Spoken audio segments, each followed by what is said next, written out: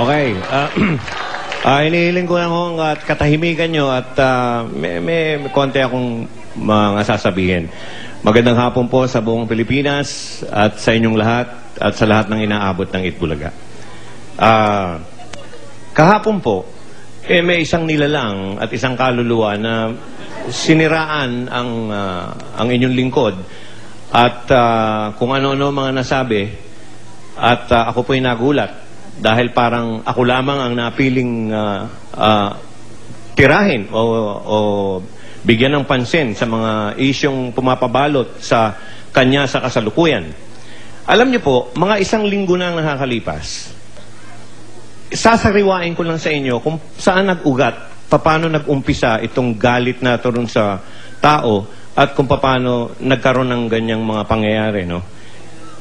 Ako'y nagulat talaga eh. Isang linggo nang nakakaraan, biglang pumutok po, kung maaalala nyo, sa dyaryo, sa mga radyo, sa telebisyon, sa mga komentarista kung saan-saang estasyon, pumutok, lalo na po sa internet, yung mga, anong tawag dito, mga YouTube, yung YouTube po, at pati sa mga text, yung mga text video, ang balita ko nga, tinalo lahat ang sex videos sa showbiz. Ito ngayon ng box office, kumbaga na di umano, kita nyo naman, di umano, ayon dun sa internet at mga video, nagkaroon ng, hindi nga po binanggit na dayaan, nagkaroon ng hindi normal o regular na pangyayari sa isang palabas sa telebisyon.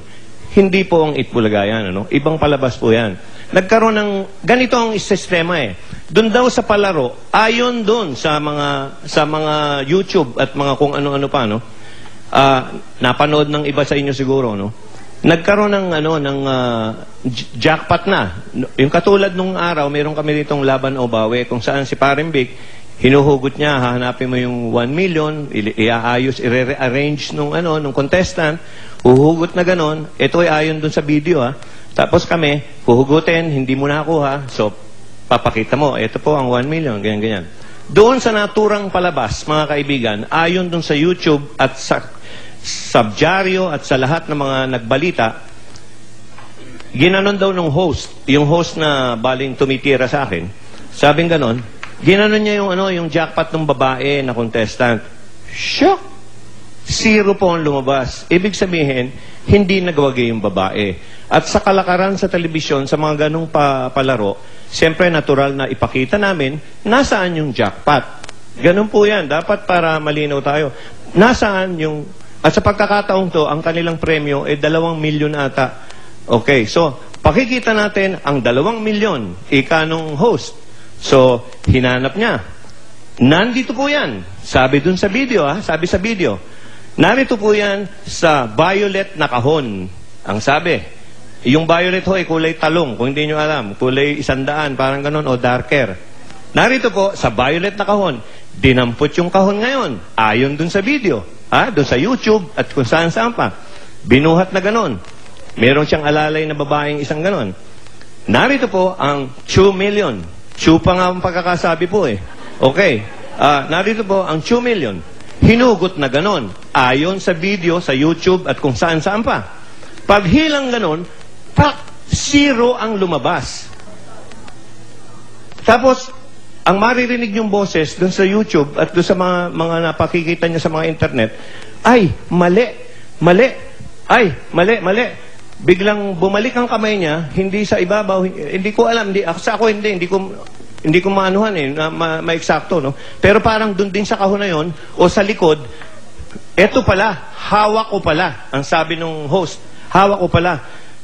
Tapos may parang 2, may iba pang mga ganon, parang film sa x-ray, at dun po nagtapos yung palabas, yung eksena.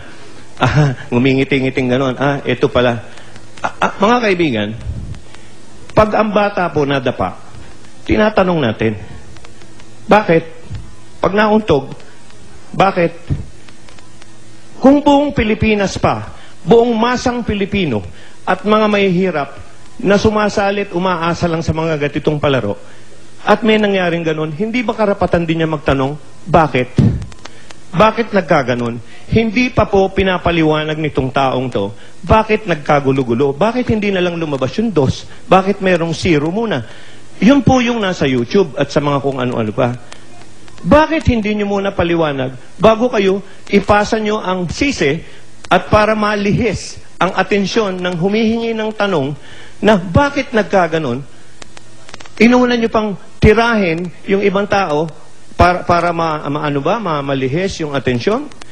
Hihiling lang po ang pagsasalita ko pong to, alang-alang sa milyon-milyong Pilipino na nanonood ng telebisyon at humihingi ng paliwanag.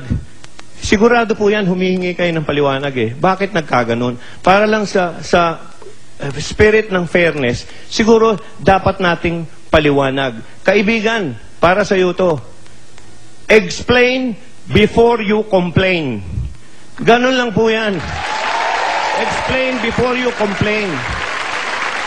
Paliwanag mo muna. Pag naipaliwanag mo na ng maayos, kasi ganito kasi, nagkamali o ganon. Wala Ang nangyari parang binaliwala mo yung gusto ng Pilipino at ng mga sumusubaybay din sa'yo na ipaliwanag mo yung detalye. Bakit nga ba nagkaganon? Isa lang ang pakiusap ko pa, kaibigan sa'yo. Pag-aralan mo na magpaliwanag kung may dapat kang ipaliwanag na mga di umano ay pagkakamali mo. Dahil pare-pareho tayo ng ginagawa para sa tao. Laging sinasabi mo yan, para sa bayan. Pero yung mga ganung pagkakataon, paliwanag natin. Kung ano man ang kalabasan ng reaksyon ng tao sa'yo, tanggapin natin. At isa pa, importante sa lahat. Pag-aralan mong umiyak ng may luha.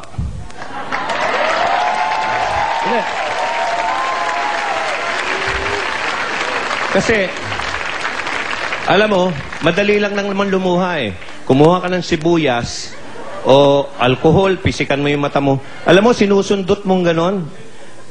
Ayoko namang, masyado mo akong pinaplatter Baka sabihin ng tao, uy, si Joey. Siya ang kauna-unahang nagpaiyak ng dugo sa isang tao. Wag, masakit yun Dudugo yan. Yun labang, kaibigan. At yung mga taga-senado nga pala, binabati ko, nanonood. Alam nyo, inuunan nyo yung Hello Garci. Bakit hindi nyo muna unahin tong Hello Papi? Joke lang, joke. Joke lang yan, joke. Joke lang, joke. Okay. Okay. Maraming salamat po. Bukas, itutuloy pa natin ito bukas hanggang magkakwentuhan tayo at mapaliwanag. Hanggat hindi siya nagpapaliwanag, itutuloy na. Pero yan ayon dun sa YouTube yan Wala, siya nga pala, isa pa. Kung binabanggit man namin yung salitang daya dito sa Itbulaga, ito'y seryoso to. Kung nababanggit man lang namin yung salitang daya, ito'y para ho sa inyo, sa audience. Dahil nandadaya rin yung iba sa inyo dyan Hindi pa ako tapos At sa hosts, dahil yung mga host, hindi po tayo siguradong malinis din yan. Baka nakikipagkuntsaba yan. Alam nyo, yung kalakaran sa mga contest, basta't may pera, hindi tayo nakakasiguro. So, yung daya, pag binabanggit po namin, walang dayaan, kaya tunog biro sa inyo o tunog na seryoso kami nagpapaliwanag, para sa ating lahat yan. Miski nga yung pagbasa namin ng tanong, tagun-tago, dahil baka makita ng susunod, makasilip, daya pa din yun. Ayaw namin ng ganon. Gusto namin, nagsasaya tayo sa Itbulaga araw-araw at sa mga katulad na show nito, tayo ay naghahanap ng swerte. Ang importante, maligaya tayo, buhay tayo, at nagpatutulungan tayo. Ganon, wala nang, huwag na natin lagyan ng karumal-dumal na mga masasamang iniisip o pandaraya. Gawin na lang natin, magsaya tayo, at ganon kasimple. Okay, okay. Okay. Isa pa. At kung yung mga sinasabi ko ngayon, may mga tinatamaan, anong kasabihan? Bato-bato sa langit. Ang tamaan, wag magalit. Okay.